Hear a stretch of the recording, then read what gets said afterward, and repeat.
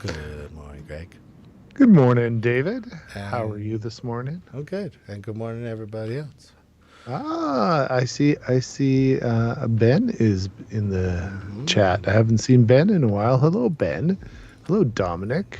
Yep. Hello, Now Stig. you're committed. You got to read them all. Yeah, Hi, there's we Tanya. got a whole bunch of people popping up. Good morning. Good Yeah, so morning. Yeah. We started last week with our printer, or our firmware, um, kind of the start of the firmware stuff, and we're continuing that today. So if you didn't see the last week's firmware stuff, you should go and watch yeah, that one because it's yeah. great. Check it out. It will be up in our podcast form as well Yep. very soon. But yeah, check it out if you haven't watched it, and hopefully you'll get a good history of kind of where we came from in the Mm-hmm. firmware and kind of where the direction that the firmware Clipper and Marlin are going. So yeah, Yep. So last week was foundation all week, and this yeah. week is going to be a little bit more into the nitty gritty. But before we get to the firmware stuff, we're going to take like I don't know, 10 minutes, and we're going to talk about a few other things. And if you have questions, anytime, you know what to do. If you're on the Discord, you can Discord us. I got Discord open, probably. Yeah, and the people in Discord, well, the way you join is Hold on, that's a great segue. I pushed the. by joining us on Patreon. That's right. If you become a Patreon member, you get exclusive access to our Discord, and you can have great conversations. Dominic had a whole bunch of posts the other day talking about his compiling of Marlin and tweaking and this and that. So it was a good topic and whatnot. So definitely, if you have questions, you can hit us up there and whatnot. So it's a great place, a great place to interact with a whole bunch of different people that have a lot of stuff. And we want to thank Hilge at the top level and everyone else. So thanks, Guys are guys. great. Yeah, So it's patreon.com/3D make it, or you can do like 3dmakeit.ca and find all of the stuff too. yeah, for Yeah, sure. So we actually have some news. there's a few things. Yeah, there's not lots. There wasn't a ton of news. Prusa 2.5.2 is released, and guess what, guys? There's almost no changes in it. None, It almost. it it was literally to add the profile for the original Prusa MK4, which is the big news. That is the big news. They've taken the MK3S Plus, which has been around forever. They have various upgrade paths if you want to upgrade to a 4. From their older versions, you can do a partial upgrade, full upgrade, all Yeah. that kind of thing. But yeah, they've changed the extruder completely. It's their new extruder. They've got a load cell for leveling. They got rid of the Pinda probe, which Yeah. is kind of interesting. Sounds like the linear advance is coming. The current firmware doesn't have it, but they'll have linear advance and everything, and resonance and all that built in coming forward. They have a new 32-bit board, which has Ethernet, Wi-Fi, all built in. You can get into a web interface to dump your files to it. They have a color screen now, which is very similar to, I think, what they had on the Mini, but now it's part of their new MK4. So lots of stuff going on there. So the other thing that came out of this was now Alpha 2.6 is out. So they're slowly moving. Getting ready to launch 2.6, but we're still not in betas yet. Yeah. So, there's stuff coming, and it's kind of interesting. Well, I mean, Prusa can't be slowed down by Creality's speed, right? So they have to and that's come up with a yeah. competitor. Yeah, and I mean, Creality is coming out with their new printer. They have another teaser picture, but there's still nothing Yeah. really. We know nothing about it, and it's not Um, until like after Easter we won't know anything about it because I think it's on the 9th of April is when we find out what the heck this new printer is and what it does. yeah. So So there's been a few comments. Dominic said that he looked at some tungsten carbide filament. Sorry, that protects from radiation, so he could replace his tinfoil hat. And I think that's that's great. awesome. Stig asked, how long does it take to roll nightly into main build with Marlin? And it's anywhere between 2 and 8 months. Um, Yeah, it depends. There has to be, I think it has to be a significant major change for it to roll into the main stable. Like, so they want to work out all the yep. bugs. A lot of times, if there's some major board releases, that sort of thing, they'll eventually come into the stable, but they really want to make the stable. They don't want it like the nightly. Literally, like you're kind of running beta at that point with the nightly because they're constantly tweaking and updating. Yep. Now, does that say that the nightly isn't very reliable? It's been very Mm-hmm. reliable in the past for Yeah, me. Uh, I've solved problems by going to the nightly build. I've yeah, never really introduced new problems. I mean, it's yeah, possible. There are there are better sanity checks in the actual build of Marlin as you go. So if it is possible, but if it did break anything, the good part is it's a nightly build, so you could probably wait a night or two. yeah. And Yeah, and they're very good about like if something did break, they're very good at either rolling it back or getting a new fix in right away. So yeah. uh, I I would have no problem telling someone to try the nightly, but the stable version works really well. So As for the problem with the, I guess it's not a problem. That's the wrong word to use. Stig's looking at a Ender 3 Neo. So not the V2 Neo, but the 3 Neo. yeah, And the biggest difference, like we talked about it last week, is the screen, right? So yep, I wouldn't worry com- too much about that, honestly, because you could just either pull an Ender 3 config and edit it. But when I'm looking at the printer on the Creality site here, the only thing that you have to accommodate for is there's a CR Touch on it. So you just have to add a BL Touch into the base Ender 3 firmware and yeah, pick the right because board. So yeah, CR Touch, yeah, BL Touch, they're basically work the same way. And as far as the printer's firmware is concerned, they're the same thing, yeah. basically. So So it sounds scary. I'm actually we're gonna talk about the next foyer was not an entrance. I can't think of words right now. But we're actually gonna start talking about that today. yeah, yeah, Um, because it's important to understand um, either what you're going to buy or why you need it or what you have before you even get into firmware choices and whatnot. Like it's important. yeah, and it looks like you've got a good vision, Stig. Just by your next question, there, you want to change two things. You don't want power loss recovery, and you want to change the lower max temp from 260 to 240. So, like, you've got a good idea of um, you've got a good idea of what you want to accomplish. So, I will say that the Neo board does use the 422 controller.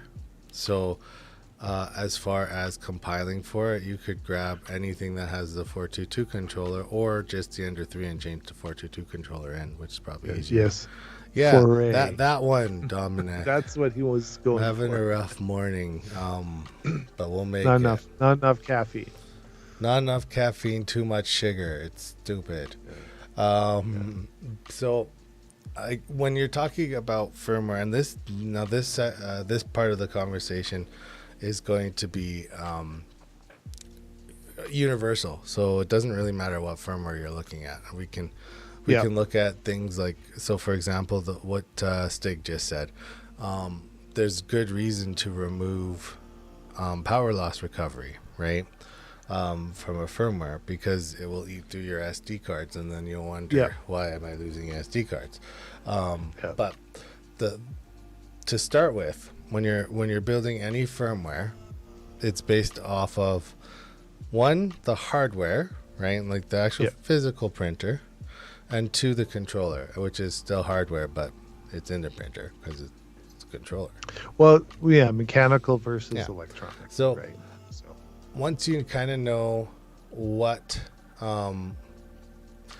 what controller and hardware you have, then the next reason you might be changing is you've just bought a fancy new controller, or you're solving an issue, like Stig is, right? Like he's like, I want to remove this feature, and maybe you just want to leave it stock, but you still need to understand what you have. Like, for example, Creality is notorious for like any of the CR10, V2, V3, for example, they have dual Z access, or Z, depending on what country you're from. I say Z, but dual Z, but they don't run independent stepper drivers. So your board in there, which they use on almost all their printers, right now it's the 4 series, has only 4 stepper drivers, right? So you've got your X, your Y, your Z, right? And your extruder. That's it. So they're running both of the Z off of a single stepper driver. So you cannot run them independently. So you can't use some of the more advanced commands like G34, for example. You can't independently level your gantry with the Creality board. So you need to understand what you have and what's your goal. Like, do you want to run the step, like on a Voron, for example? If you ran all the gantry stuff independently, they typically are a 3-point stepper. You can really get your bed nice and level, right? Yep. Well, if now what's interesting is like what's the latest printer there? What's it called? That The Bamboo Lab? Ray just got. Yeah, the Bamboo Lab. What's interesting is they run a single stepper for their Z. It's all tied together with one big belt to keep it in line. So they like mechanically make it nice and as kind of tuned as possible to try to not allow it to get out of skew. And we've seen that belt sinking in lots of older printers because they were trying to solve the problem you're talking about. Yeah, and they're trying to keep costs down too, and this and that. So there's a number of techniques, but you need to understand what you have in your physical device, right? So that you can plan which firmware or what direction you want to go. Yeah. So the good news is there's always a controller out there that will match your needs. Now I'm going to circle back to there's a few comments. Ben had originally commented that the Neo has a weird hot end, so you'll have to accommodate. Yep, you'll have to pull your ruler out for sure. But then his next comment is akin to something that we've experienced. For example, you can't use the Speedy hot end on the Neo printers. Yep, you're right. You can't actually. So Greg and I both purchased Sprites, which is the direct drive from Creality. Put them on. Now, when you look at the website for the Sprite, we talked about it before, right? But you look at the website for the Sprite and it says it's a drop-in replacement. It is not a drop-in replacement. Not quite. You got to mod. Yeah, it'll mount, but you got to mod. So, again, that's knowing your hardware. And like that was a sight unseen thing, and it mostly worked. So we're happy mostly with it.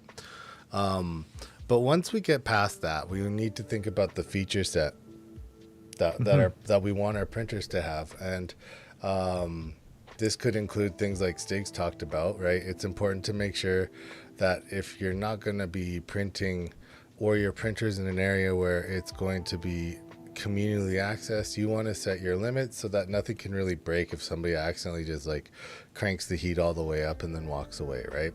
Right. And so like it's Yeah, you don't want to set your temperature to be stock if you know you don't want 300 degrees on the hot end or something. Yeah, and for sure. and so like it's a great suggestion, and it's a good ask by Stig to say, hey, I want my firmware not to run over 240. So like that's going to be on your checklist now. And then to understand the reasons for that too, right? Because if you have PTFE going all the way down to your hot end, right, and you crank the temperature, what happens, David? Neurotoxins. Did I get it? I got it. Yes. So without, again, that's not now. Someone might buy a 3D printer and then try to put a custom firmware, but if they don't understand that, having plastic all the way down to the hot end can then cause issues like neurotoxins or other issues, versus an all metal, you need to understand those pieces, and what your goals are, right? I mean, if you decide that one of your goals is you're printing ABS all the time, that's your goal, is all you're going to work with is ABS, then you need to focus on temperature. You're going to print at a higher temperature than 240, right? Yep. You're probably going to have to then build an enclosure. So then you're probably going to want a temperature sensor in your enclosure to monitor that and this and that. So then now, does the board that came stock on your printer, can it meet those needs? Right. So, and that brings you to the next point. You need the right headers and the right outputs. So for Greg's example, you would need a thermistor input or on the board, depending where your comfort level is, to sense chamber temperature. If you're doing a enclosure, lots of people like to move the controllers outside of the enclosure, which then decides for you. You need a board that has 3 thermistor connections, right? Or an extra pin that you could trick it into thinking it's a thermistor. Well, and that eliminates some of the stock boards, right? So almost all that's of them, except one. Yeah, so you got to think about that, because a lot of the stock boards do not have, they only have the 2 thermistors. Because these companies want to make money. They do, right? They need to. They're selling, millions of printers, hundreds of thousands of printers, whatever the amount is, right? But if they have to have 30 different boards, that's not economical. You want to limit the number of parts in your part bin. So if you can use the same version 4 board for all of your printers, then that's a one big cost saving and a firmware development saving and all that kind of things, right? So there's decisions that the company made that will impact you moving forward. So you may have to go to a big Tree Tech of the world, or a Duet, or whatever, a Mellow. And I mean, so I guess I'll pose the question here just out of curiosity, but how many people actually in the chat right now, or watching this after, use more than 2 thermistors? So use more than just the hot end and the bed thermistor. So well, let's take it a little further. How many of you are using the stock board? Well, that was the next question, right? And that is the question. Like, I don't have any stock boards left on mine, so that's where the hardware changing comes in. One of my favorite boards, and it still is one of my favorite boards to recommend, is the E3 Turbo. It has lots of steppers, so there's ample room on that board for using all 5 steppers. And then it does have a thermistor built into the board as well. So it actually offers 3 thermistors and gives you a control to actually monitor the temperature of the board internal to the printer. And they're 2209s on it. They did fix the issues it had, so it's still one of my favorite boards to recommend. Yeah. So we got, I use the stock board still, with nothing wrong with that. I'm a basic man. I use 2.1 stock aftermarket. Yeah, so aftermarket boards, one of the biggest things that all of us experience, and I'll mention this and then we can start talking about kind of the next step, I guess. But like,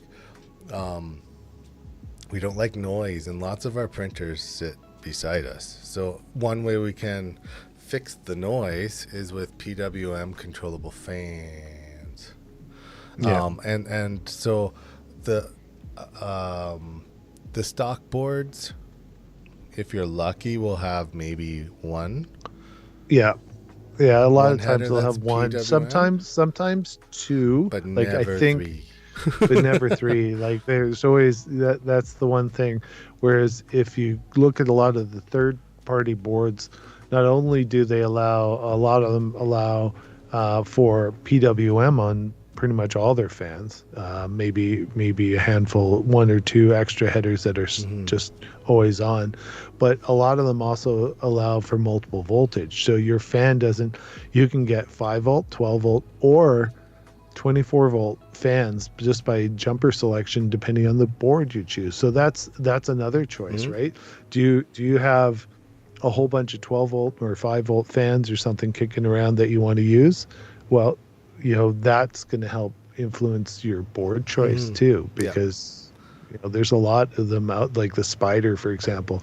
You can do all those voltages across it, which is kind of neat. But again, if you are mostly staying stock, you got to decide, what you're printing, how you're printing, and maybe it'll change over time.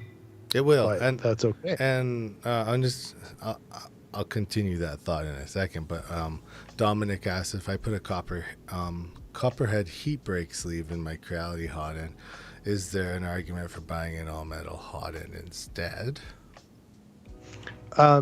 No, that they work actually quite well. So you just made it all metal. Congratulations. So it is now all metal, right? So now, do you need to then pay attention to other firmware settings? Yes. Probably, right? But no, because it should, like, as it sits, you should be just fine. Yeah. What are you going to be printing? Are you still just going to be printing PLA? I've always recommended the Mosquito if you're going to print Banshees a lot. Like a lot of Banshees.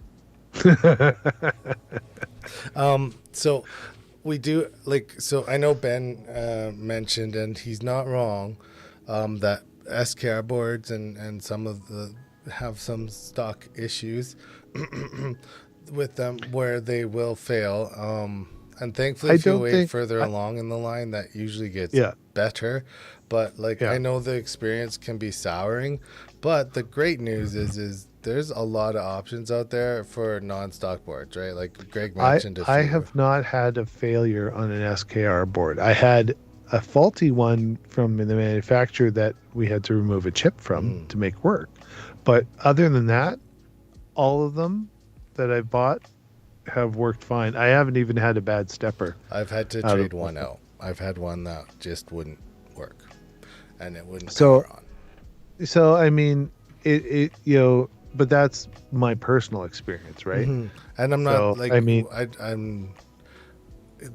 I'm not saying change your mind or anything like that. I'm saying there's lots of options if you do want to go third party. And you do have to go third party often. I know there's a mix of everybody in here, but most people are like, yeah, I have a few stock, I have a few aftermarket, and I'm sure you switched to aftermarket because your stock broke, or you were solving an issue like you couldn't install a BL Touch without unplugging the screen or something like that, right? Which was an issue in the olden days. Well, and Stig even said that he often replaced the stock boards because they were all 8-bit. Well, now they're not, right? Yeah. Now pretty all the 4.2 boards and the 4 series boards are 32-bit. Yeah. Now, and then Tri-Gorilla my beef with those boards is there's no reason why they shouldn't have UART on those boards. seems like an oversight to me. If they come out with a 5 series board, they better have UART capability built in, because it's just Yeah, it just seems archaic yeah, not to like have it's the all same the chip. features. It's a jumper. Yeah. So it's like, Well, and that the one thing to me is the quality control, right? Like if you've got guys adjusting the potentiometer, in the factory on all these boards, right?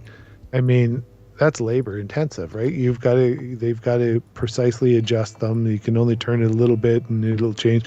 And yep, they're notorious for having them over voltaged, yep, right? Whereas if you have UART and you set it in your firmware, it's the same for all the printers. There's no labor involved besides installing the yep. board, which you have to do anyway.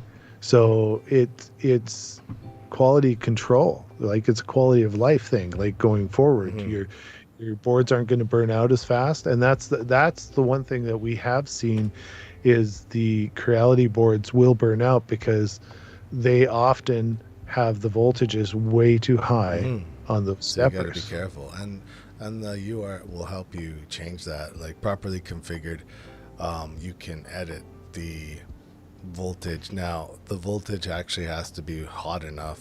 So like if the controller doesn't actually receive enough voltage, you could set it higher, but it won't actually change it. So you just need to make sure that stuff. Now, well, I was burning my fingers on the stepper motors because the voltage was way too high. All of them were cooking. Yeah. So it's, and again, replacing, like I know Stig replaces a few, and then Ray's like, I wanted to play with Martin more. Dominic uses the Tim Hooklin 3D down in the States. And yeah, right, like if you find a reseller close to you, we always recommend buying something local to you, because you will get you want the support, right? And you can ask questions and whatnot. So it's you can buy from AliExpress or you can buy from wherever, but you're not going to get an answer to a question if you ask. Like if you buy from anyone local, you can actually call them up and say, hey, I bought this board, this is what I'm experiencing, have you seen this before? And they'll be like, oh, well, do X, Y, Z. Like, right? Wow, that was great, thank you so much. Yeah, so it's there's something to be said for buying from someone who can support it to a certain degree, right? And so we've talked about boards. We've talked about the steppers. So I'm going to bring up the screen share now I have for the next thing. So here we go. David's screen. So Marlin is what we're going to talk about today. We're going to focus mostly on Marlin.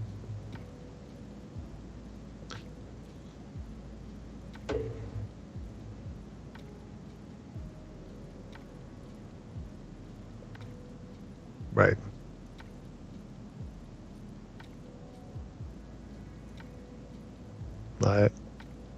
Well, I can hear you. I don't know if they can hear. Let me fix this. Should be this one. Yay, audio. Sorry, guys. So anyway, when we talk about Marlin, hopefully I have audio. You do. I see your little thing bouncing. So when you're talking about compiling Marlin, there's things you have to know, and that's what's on the screen right now.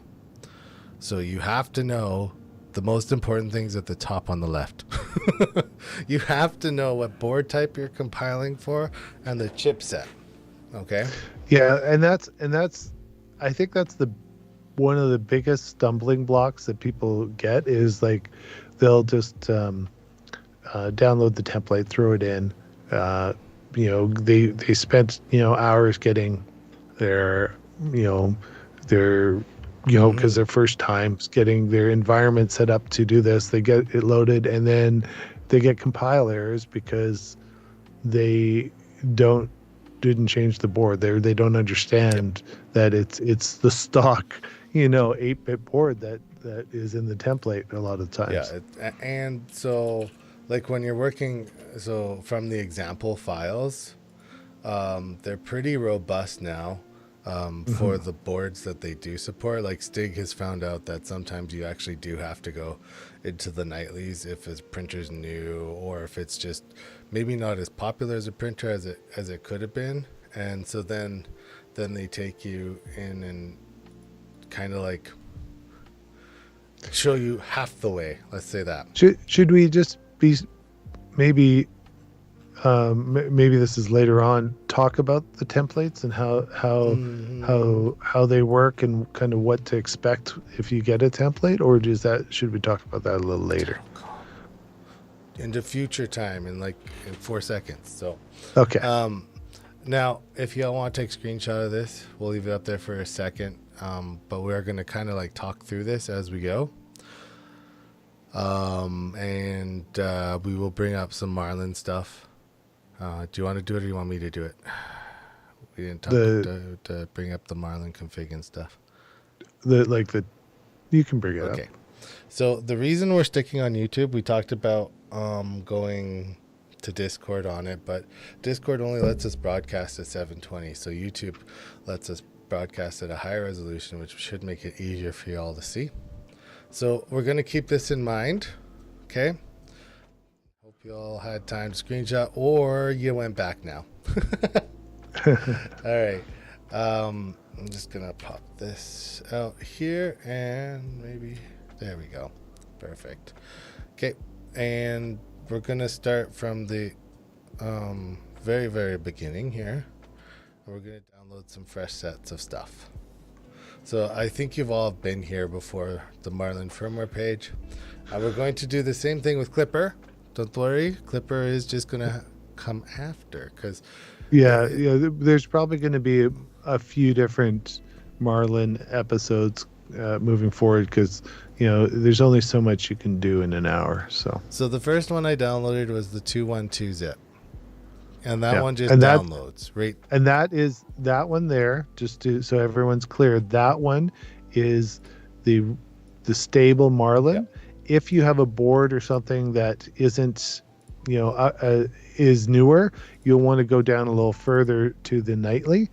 So Marlin nightly source, and that's when you'll get the 2.1x.zip, and that one has whatever was compiled that night. So it could be like in Stig's case, he was missing a board or whatnot. It's there. Now, the next thing I think David's talking about is where to get the config files, because they're no longer part of the firmware. They haven't been for quite a while. It's sad. It makes you sad. Actually, it's not that sad. And I'm not really, the original argument was it saves space in the download, but everybody downloads it still, I'm pretty sure. So yeah, you'll go here and then the configurations, and when you hit download, it takes you to the GitHub, and then you can either download it by dropping down and getting the zip, which is what we are going to do, or the releases on the side over there. And either one gets it there, and I'm going to put this over here. Okay, and then let's bam. So here's our new files.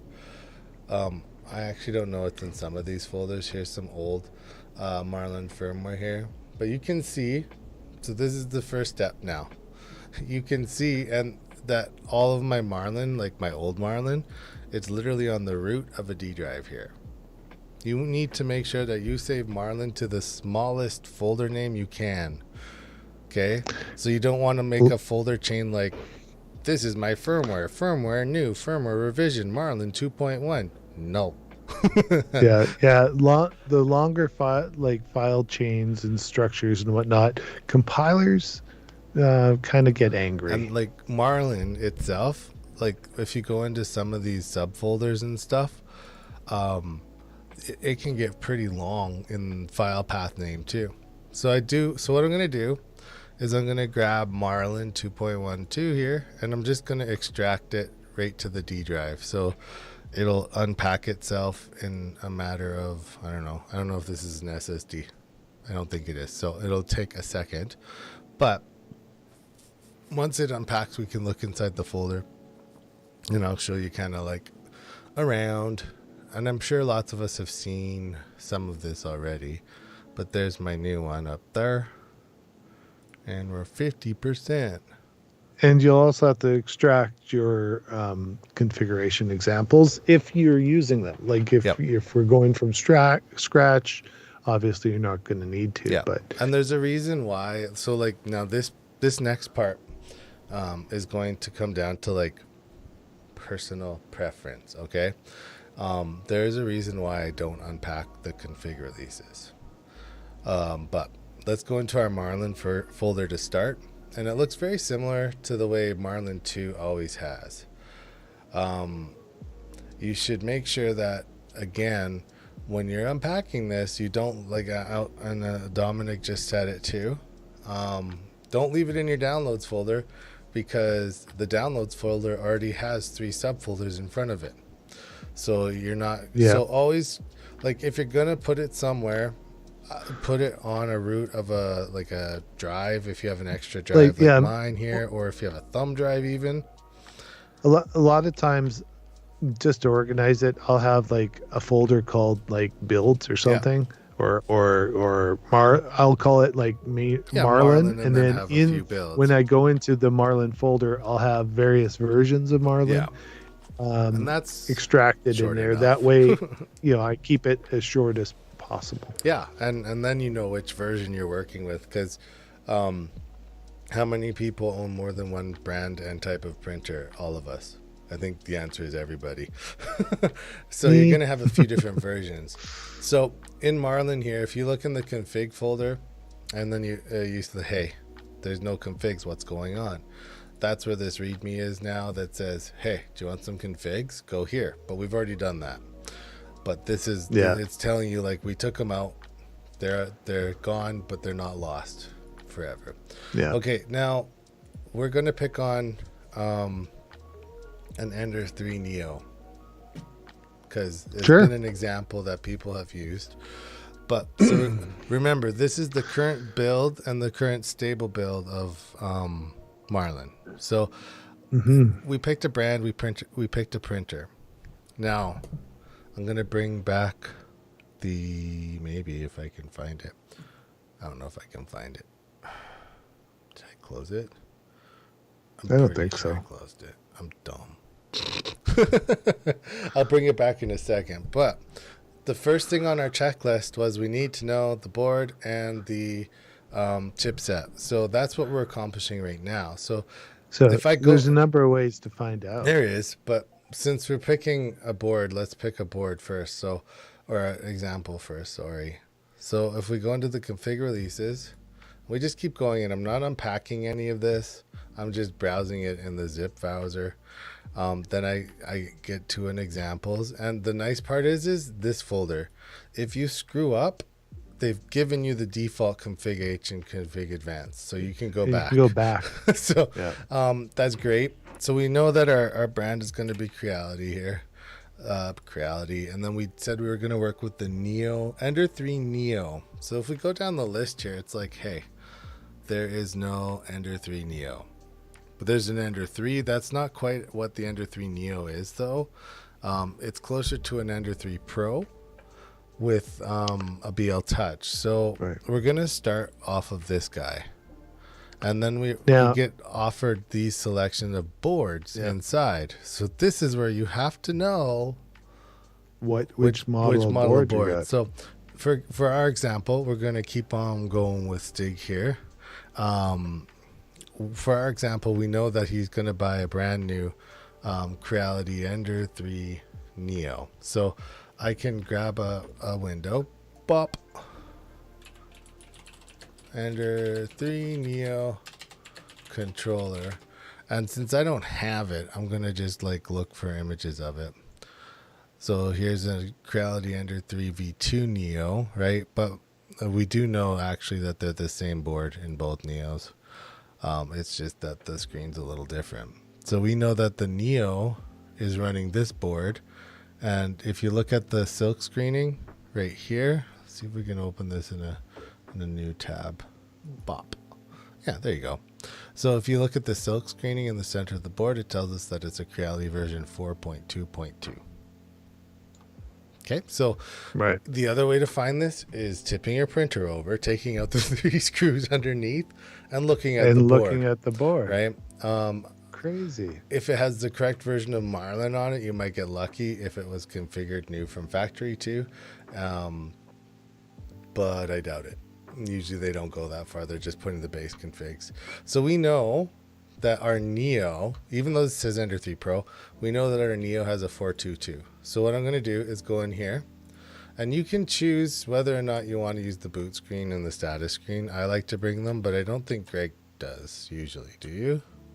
No. So what these... Unless I'm like doing a custom one or something. Yeah. And like the best reason not, or the use case to not have them is they do take up more memory on your board. Okay. Right. So like if you're like, well, I don't really know if I want those. Do I need them? You don't need them, but they're nice to have because then they make prettiness when they boot up. So I usually copy them. But again, that's an up to you decision. I'll go back to my root after copying, and then I'll just go into Marlin. This is our new one, and then I'll go into Marlin, and you can see here that we have an H and an advanced, and then I'll just paste over and replace everything, so I don't have to like unpack that entire zip and wait for another 10 minutes. Yeah. So now we've got our correct board from the example, and we've got our rough template, shall we say, for the hardware on that printer. The biggest difference between the stock, or sorry, I should say between an Ender 3 Pro and the Neo is the fact that it has a BL Touch, and we'll get there. And then Ben did make the point too that the offsets for the hot end are slightly different than what's in the firmware. So that's where you, and again, I said it back then too, but that's where you pull out a ruler. Okay. Right. And that's something to be like, the way they do the offsets at the factory and whatnot might be different than your preference. Yep. Right. That's the one thing I've found is I'm maybe a little OCD about having my probe go directly in the center. Like I'll literally, draw an X on my build plate, and I want that probe hitting that center. And then when I do the nozzle at the center, I want the nozzle at the center. I maybe I'm OCD about it, but that's what I like. And stock, it doesn't do that. No. And very few of them do that.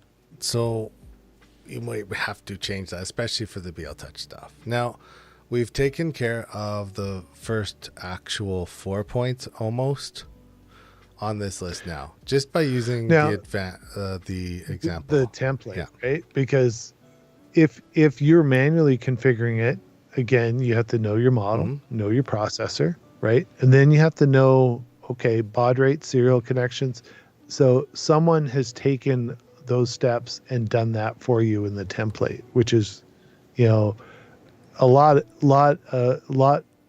of stuff off your plate if you don't understand even what baud rate is, right?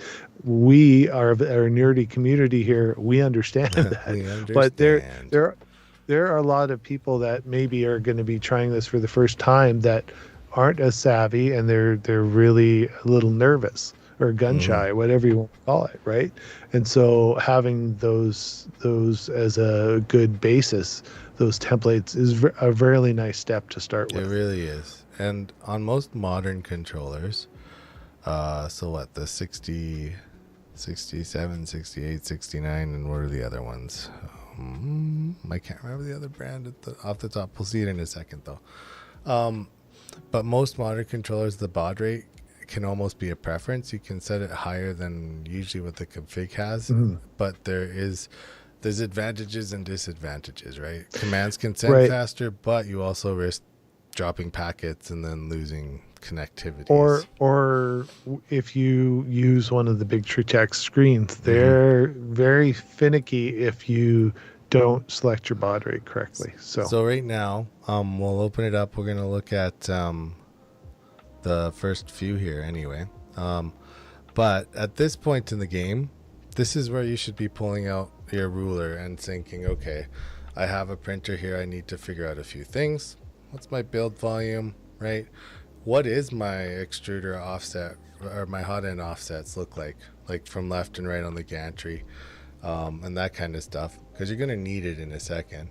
So, And all of the stuff we're talking about right now, you also need to understand in other firmware, not just Marlin, right?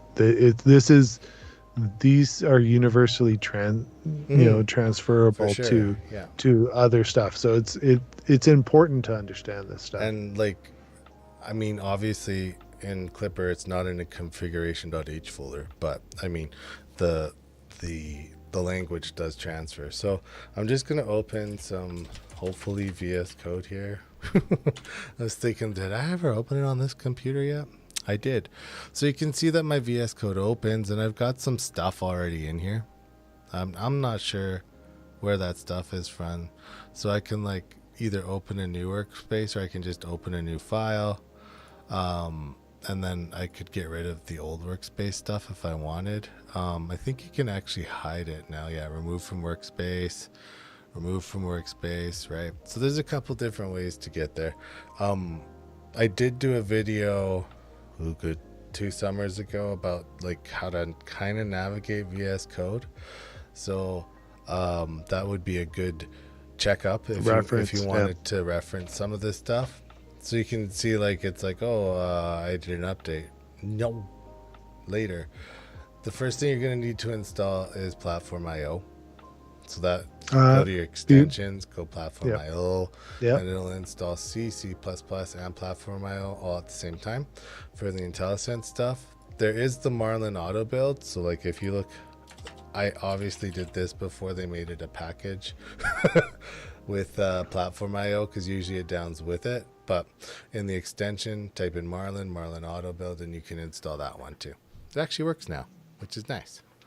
Yeah, and they are improving that all the time. If you are interested in Marlin auto build, Scott's done a number of live streams he's kind of working on it and talking about kind of where they're going with that to make it even easier, so that it's like pull down menus to build your config.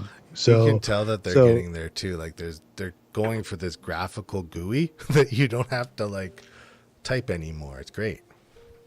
Yeah, so it's getting there. Like and there's other firmware things out there that allow you to do that. For example, for Klipper, you can use some tools or Duet, for example, if you wanted to run Duet on an SKR. There's some pull down menus to do that kind of stuff to help you out. So when you install extensions in Platform.io, 2 things happen. One, it takes a second. That's why we're back on this lovely screen with Greg and I's big faces. And then 2, you'll have to reload. There'll be a button that says reload eventually. I'm going to ignore my updates in VS Code. But so once you have a few things, you should be okay. The other thing that you may need that sometimes doesn't work great, and we talked about it in the other video too, is GitHub.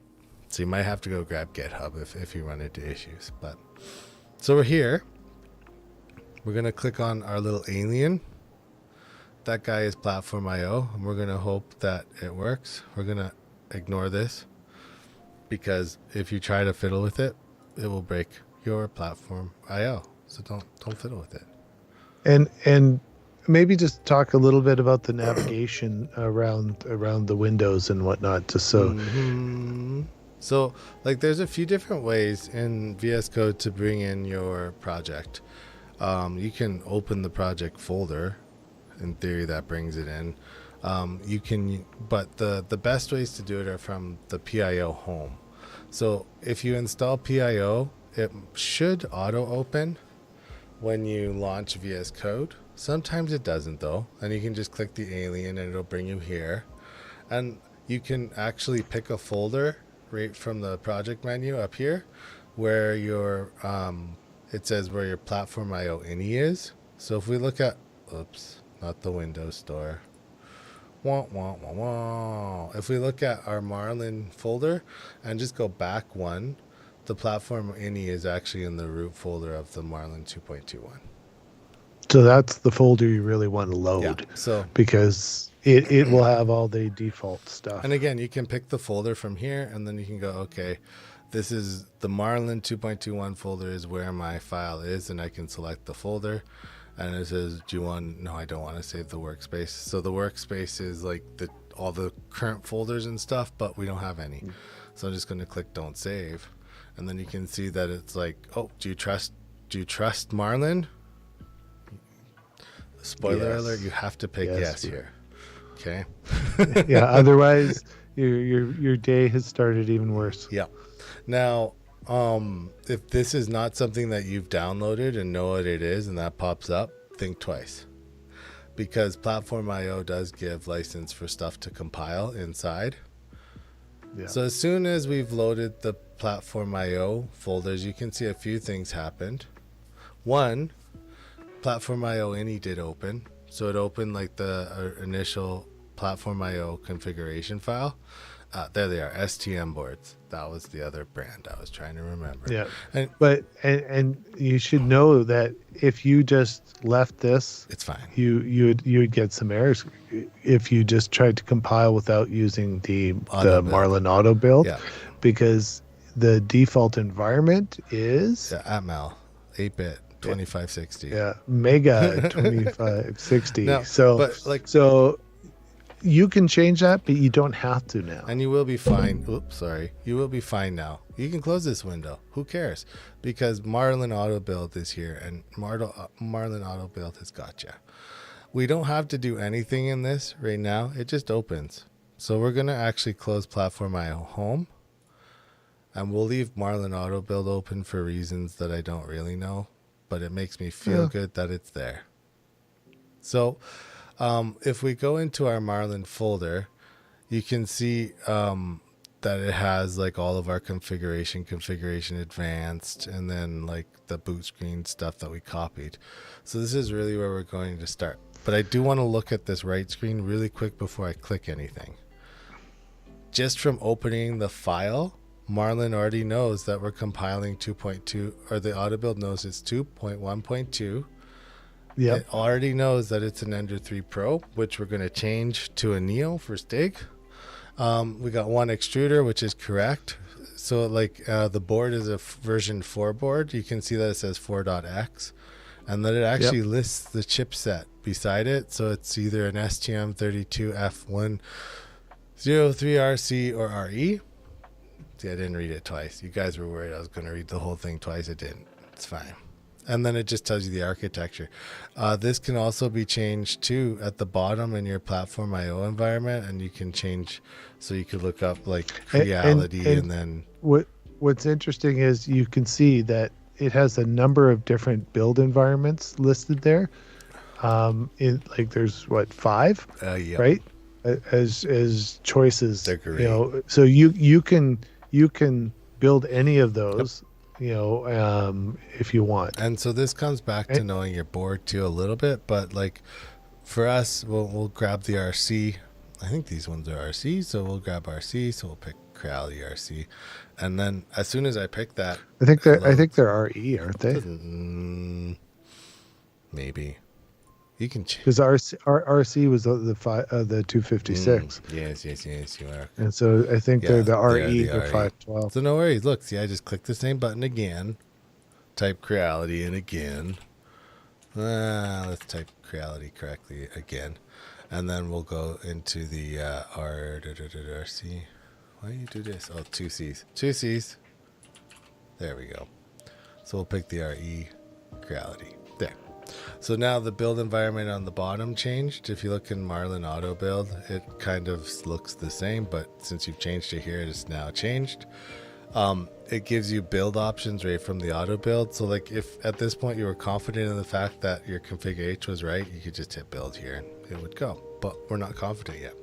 But we don't know what settings someone has decided to implement in this template. We do not.